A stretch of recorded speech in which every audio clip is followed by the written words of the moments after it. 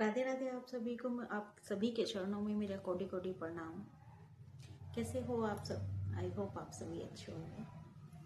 तो आज हम 2026 को खुशनुमा बनाने के लिए, बहुत सुंदर बनाने के लिए हम एक प्रार्थना करने वाले हैं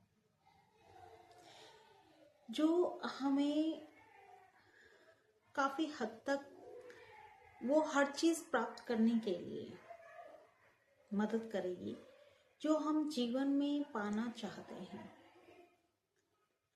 क्योंकि कहीं ना कहीं हम रोजमर्रा की जिंदगी में हम इतने पीछे हैं कि हम ईश्वर को भी ना तभी याद करते हैं जब हमें किसी वस्तु की जरूरत होती है, किसी व्यक्ति की जरूरत होती है, या फिर किसी कार्य को करने में हम डगमगा रहे हैं या असमर्थ हो रहे हैं, तब हम ईश्वर को याद करते हैं। और अक्सर हम जीवन की भाग दौड़ में भूल ही जाते हैं कि ईश्वर हमें देख रहे हैं, ईश्वर हमें सुन रहे हैं। बस लगे पड़े हैं अपनी दिनचर्या को पूरी करने में। तो उसी को ध्यान में रखते हुए, क्योंकि आजकल का जो वातावरण है वो हमारे विचारों से, हमारे भावों से, हमारे तन से, हमारे मन से बहुत दूषित हो चुका है।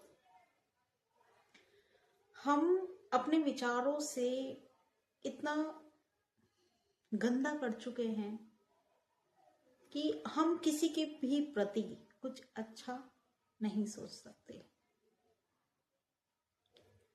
हम दूसरों के सुख में कभी सुखी नहीं हो सकते। अपने जीवन में क्या हो रहा है हम उस पर ध्यान ना देकर हम दूसरों के जीवन में क्या हो रहा है उस पर हम ध्यान देते हैं। तो यदि इसी प्रणाली से आप चलते रहे जीवन में, तो कभी भी आप वहां तक नहीं पहुंच पाएंगे जहां तक आपको जाना है। भगवान ने आपके लिए क्या सोच रखा है, क्या सहज कर रखा है, आप वहां तक नहीं पहुंच पाएंगे। इसीलिए मैंने बहुत सोच समझकर एक छोटी सी प्रार्थना लिखी है जिसमें हम कुछ हद तक भगवान के आगे क्षमा की प्रार्थना कर सकते हैं।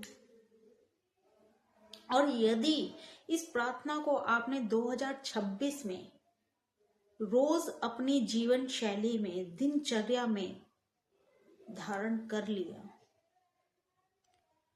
तो वो हर वस्तु, हर व्यक्ति, हर कार्य करने से आप चूक नहीं सकते जो आप अपने जीवन में करना चाहते हैं। चाहे वो आपका करियर हो, चाहे वो आपका जॉब हो, चाहे वो आपका पढ़ाई हो, कुछ भी हो, लेकिन उसके लिए पहले हमें ईश्वर की शरणागति लेकर हमें रोज ये प्रार्थना करनी होगी। क्योंकि हम इस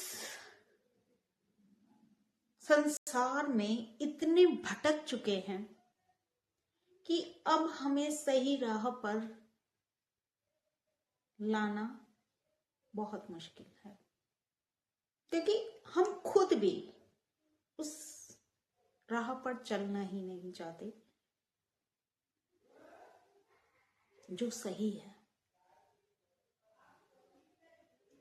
लेकिन अगर आप इसी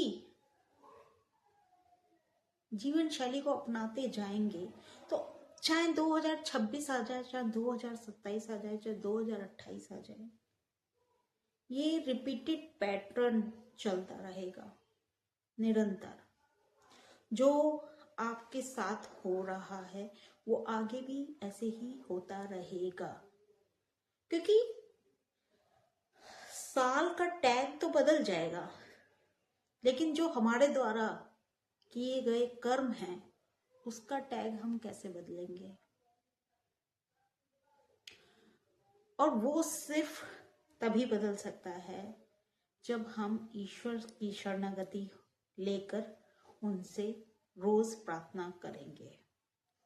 तो मैंने ये प्रार्थना लिखी है आप लोगों के लिए, तो मैं देखकर बोलूंगी, तो आप अच्छी तरह से इसको सुनिएगा, आप भी लिख लीजिएगा ताकि आपको प्रॉब्लम ना हो बोलने में और चूक ना हो, ताकि आप अपने जीवन की नई शुरुआत कर सकें इस 2026 में, क्योंकि ये करना बहुत जरूरी है, बहुत बहुत बहुत। क्योंकि कर्मों का फेर हमारा ऐसा होता है ना कि जो आप जिसको दे रहे हो वो आपके पास लौट कर आएगा, फिर चाहे 2026 में आए या 2027 में आए। तो प्रार्थना कीजिए ईश्वर से उनकी शरणागति लेकर। चलिए शुरू करते हैं प्रार्थना। आप ये इस प्रार्थना को कभी भी कर सकते हैं, क्योंकि प्रार्थना करने का समय कभी कोई एक निश्चित समय नहीं होता, लेकिन मैं आपको सजेस्ट करूंगी कि जब आप सोकर उठें अपनी बिस्तर पर ही, अपनी सैया पर ही, उसी वक्त आप ये प्रार्थना करें, उठते वक्त ही। और जब आप अपने बिस्तर पर रात को सोने जाएं, जब आपका मन शांत हो, एकाग्रचित हो, जब दिमाग में आपके मानसिक स्थिति एकदम स्थिर हो, तब आप इस प्रार्थना को कीजिए। अपने साथ बैठिए पहले और फिर इस प्रार्थना को कीजिए, क्योंकि इस प्रार्थना को अंदर से फील करना बहुत जरूरी है। जब ये प्रार्थना आपके हृदय से आएगी तभी ये ईश्वर तक पहुंच पाएगी। तो इस प्रार्थना को सिर्फ मैं अभी आपके सामने देखकर बोलूंगी, इसका मतलब ये नहीं है कि सिर्फ हमें देखकर पढ़ लेना है या सुन लेना है, नहीं, हमें इसे हृदय से बोलना है, अपने जीवन में इसे उतारना है, ताकि हम जो इस संसार में, इस वातावरण में हम जो भटक गए हैं उसे थोड़ा सा सही कर पाए। तो चलिए प्रार्थना ये है कि हे परम पिता परमेश्वर, रात और दिन मेरे द्वारा सहस्त्र अपराध होते हैं, किंतु मैं आपका बालक हूं, बालिका हूं, मुझे क्षमा करें।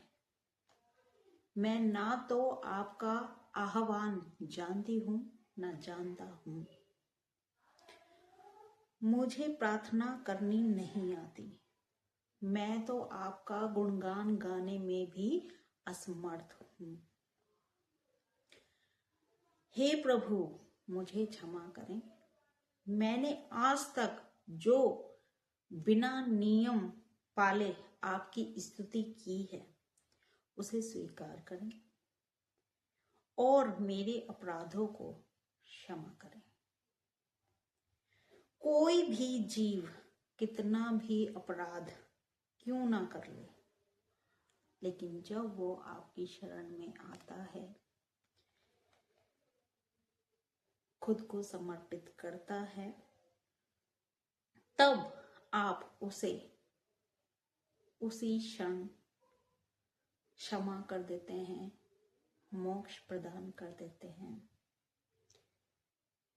मुझ पर भी दया करो दयानिधि, मुझे भी क्षमा करो दयानिधि।